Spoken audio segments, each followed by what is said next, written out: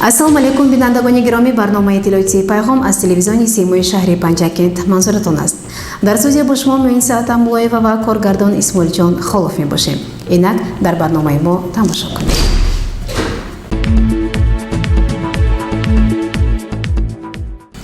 То солгарди навбатии ғалаба дар ҷанги бузурги ватанӣ рӯзҳои ба шумор мондаву эҳтирому сипосгузорӣ ба иштирокчони ин набарди хунхортарин дар ҷаҳон меафзояд. Аёдати ду нафар иштирокчии ҷанги бузурги ватанӣ, сокинони ҷамоати деҳоти Сӯҷина Саид Бӯриев ва Тоштемир Зиёев аз тарафи намояндаҳои ҳукумати ҷумҳурии Тоҷикистон, мақомоти иҷроияи ҳокимияти давлатии вилояти Суғд ва раиси шаҳри Панҷакент Абдухолиқ Холиқзода ва ба онҳо супоридани тӯҳфаҳо далели ҳамин таваҷҷӯҳ аст. Таваҷҷӯҳ намоед ба гузориши нахустини барномаи иттилоотии Пайгом. زندگی چنین شده که امروز در شهر دیهاتی پنجگین همگی دو نفر اشتراکچیان جنگ بزرگ وطنی ساکنان دهه سوجنا سعید بوریف و تاشتمیر زیوف زندگی می‌نمایند که سن سالشان یک عصر را عبور کرده است. در عرفه سالگرد غلبه بزرگ این پیران خرد، این بابایان جنگاور، این فرزندان برومند دهه سوجنا را نماینده‌های حکومت جمهوری تاجیکستان، مقامات اجرایی حاکم دولتی ولایت سوغد و رئیس شهر پنجکین خالقزاده عبدالخالق عیادت نمودند. پدران شهرتمند را به مناسبت سالگرد نوبتی غلبه صمیمانه با مهر اخلاص و احترام اعتقاد خیلی زیاد شادباش کرد. برایشان گلدسته و تحفه‌های پولی تقدیم نمودند. سابقه‌داران جنگ از چنین توجه غمخواری و قدرشناسی پدرانه اظهار سپاس نموده دست به دعا برداشتند تا که تاجیکستان صاحب استقلال یکجا با سروری معظمش محترم امام الرحمن آباد و پیشرفته باشد. جوانان به قدر این هم غمخواری‌های آبادی و پیشرفت برسند، وطن را دوست دارند، آن را حمایت نمایند. عیادت و قدرشناسی جانبازی‌های اشتراکچیان جنگ بزرگ وطنی سعید بوریف و تاشتمیر زیوف در مدهشترین جنگ جهانی دلیل بوده است با آن حقیقت زندگی که هیچ کس و هیچ چیز فراموش نشده و هیچ وقت فراموش نخواهد شد. یزدان قل مولانوف، نیک محمد مرجانوف از جماعت دیهاتی سوجنا. یادآور باید شد که برنامه алоҳида از این عیادت نمایش داده خواهد شد.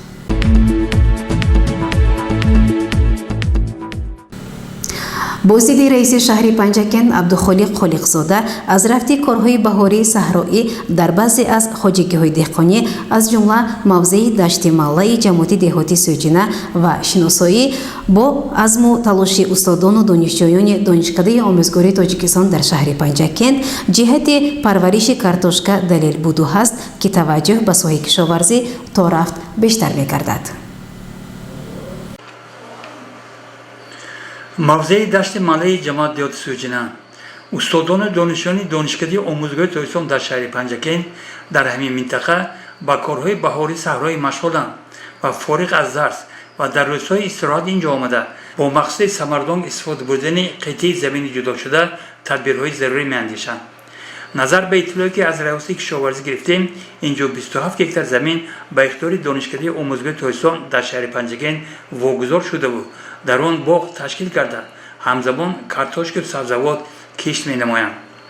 رئیس شهر خالقزاده عبدالخالق در جریان سفر به این منطقه یکجا با رئیس کمیته زمین ولایت سوغد مخبر قابل و با جریان کشت کارتوشک شناس شده با استادان دانشجویان برای سهمگذاری در تامین امنیت عضوخواری کشور اظهار سپاس نمود و در یک وقت ارائه خویش را از سوس جریان داشتن کشت کارتوشک بیان داشت. باید تذکر داد که در موسم کشت کارتوشکا راهبری دانشکده از تکنیک زمانوی استفاده برده ذخیره ضروری تخمه خوشصفت را آماده نموده است. اینجا حالا زیاد کوشش به خرج داده می شود که ارائه رئیس شهر خالقزاده عبدالخالق را اصلاح نموده نقشه کشت این زراعتی برای تامین امنیت عضوخواری ضروری را سر وقت تامین نمایند و حاصل دلخواه رایانند.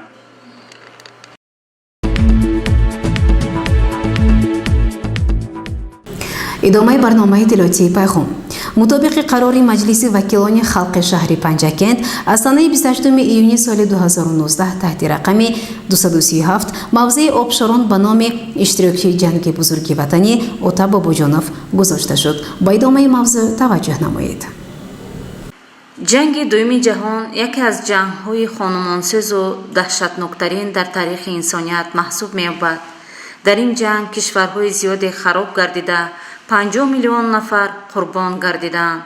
солҳои 1941-1945 ҷанги бузурги ватании иттиҳоди шӯравӣ бар зидди таҷовузи олмони фашистӣ рӯй додааст. дар қатори халқҳои 15 ҷумҳурии собиқ иттиҳоди шӯравӣ баҳри дифои ватан тоҷикистониён низ ба мубориза бархостанд.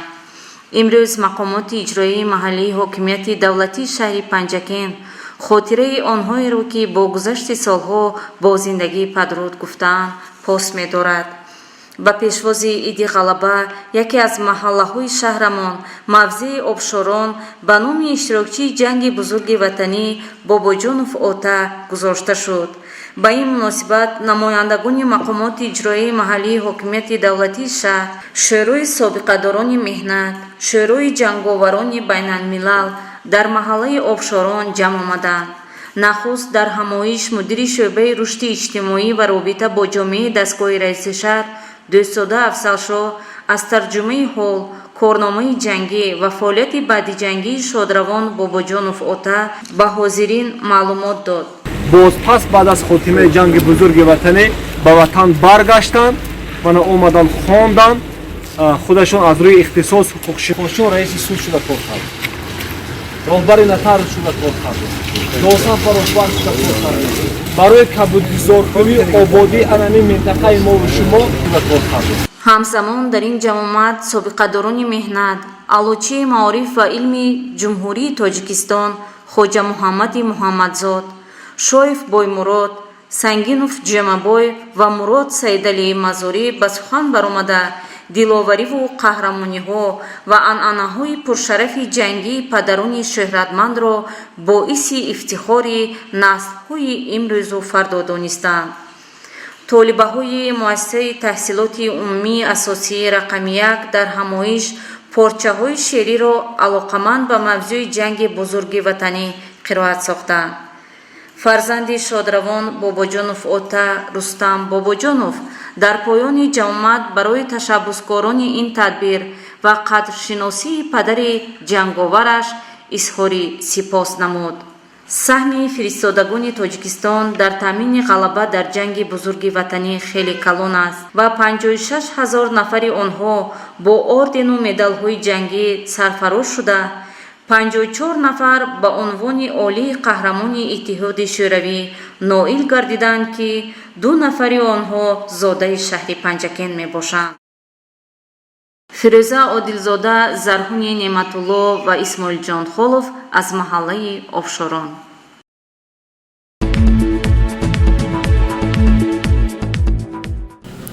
вобаста ба нақшаи корӣ нозири калони шӯъбаи минтақавии раёсати агентии назорати давлатии молиявӣ ва мубориза бо коррупсияи ҷумҳурии Тоҷикистон дар водии Зарафшони вилояти Суғд Манучер Соҳибназарзода бо кормандони идораи шабакаҳои барқи Панҷакент мулоқот анҷом дод. тафсилоти бештар дар гузориши хабарнигорони мо.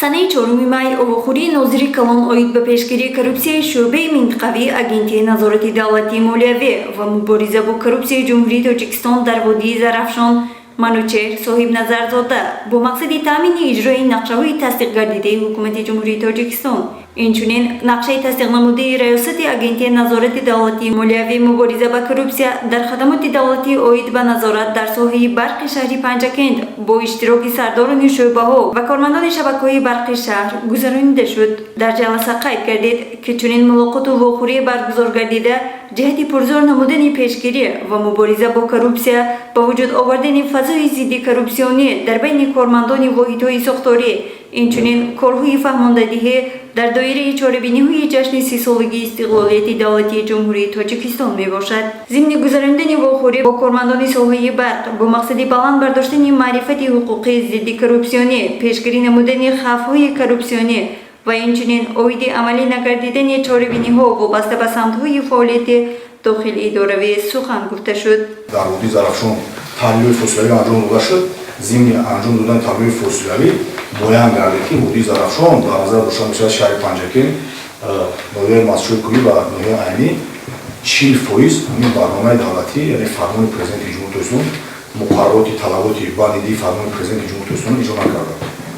аксарияти ин вобаста аст, вобаста ба беамалӣ, وابسته به بی‌پروایی در اجرای وظیفه‌های خدمتی از جمله راهبران رویداد ساختار در برابر کارهای اساسی یعنی پیشبرد تفشیاتی پیشکی با قید گرفتن مثلا جینایت‌های کارپسیونی کارهای پروفیلاکتیکی را انجام میدیم در همبستگی با کمک‌های مقامات پروکاتور و کمیته دولتی امنیت ملی وزارت کار داخلی سودی نویو لیکن امروز هم همین طلبات اجرا نکرده است. عالی‌ترین طلباتی که همین اجرا کرده نیست این همین تهیه نمودن نقشه چهاربینی‌ها وابسته به سمت‌های فعالیتی داخلی دوروی یعنی فرمان پرزیدنت مملکت میگفت که در دوره عملی نمودن برنامه دولتی و راهبران رویداد ساختاری چیکار نکردن؟ باید فرمان داخلی دوروی تهیه میکردن، کارمند سفربر میکردن، باید رفتی انجام میدادن از روی دادگاه‌های نظم‌هاشون روشن شده و نقشه‌هایی که در فرمان پرزیدنت مملکت وابسته به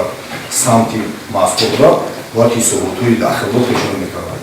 ما ندیدیم ما یکیم سال چی در شهر پنجکین فعالیت رسیم ندیدیم یکم با وزارت رویداد ساختاری تحلیل‌های پیشگیری کردن خطرهای کارپسیونی که منفعت‌داری اداره‌ای کارپسیونی با تعطیل دادن گزارش‌های داخلی و تنظیم شعبه گزارش مرتبه رحمانова و طلبشاد تاشف برای برنامه اطلاعاتی پیغام.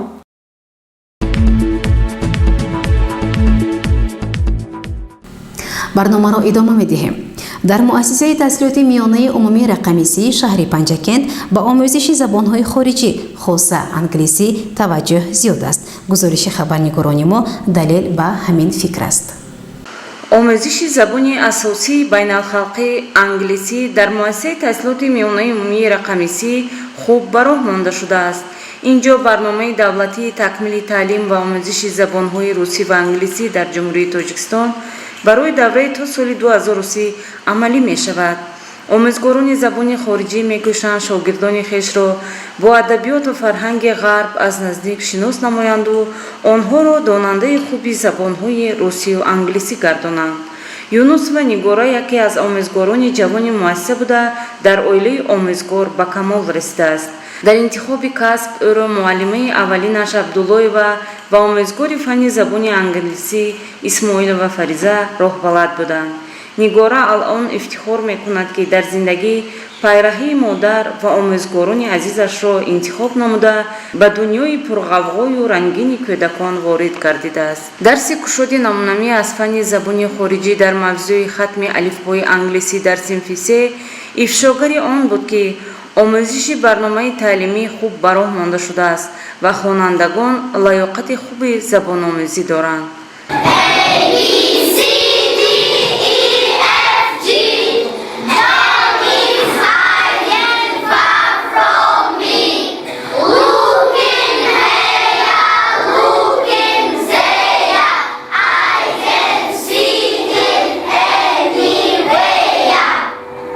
در پایان درس اندیشه های خود را دیرکتور مؤسسه مکمل و شایسته بیان کرد. در حقیقت پیراهی که یونس و نیگورا انتخاب کرده است هموار نیست.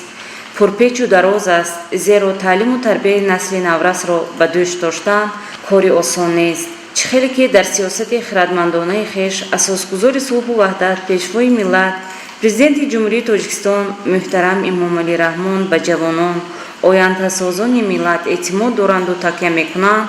ماموریت مؤسسه تحصیلات میانه عمومی رقمی 30 نیز از آموزگاران جوان امیدهای کلان دارند و به آن باورند که در بالا بردن سطح و صفت تعلیم در مؤسسه سهم میگذارند. بینندگان گرامی، در همینجا برنامه اطلاعاتی پیغام به پایان میرسد. برای هر یک شما تنسیتی و نکنامی را خواهانیم. تا برنامه دیگر شاد و پیروز باشید. خیر.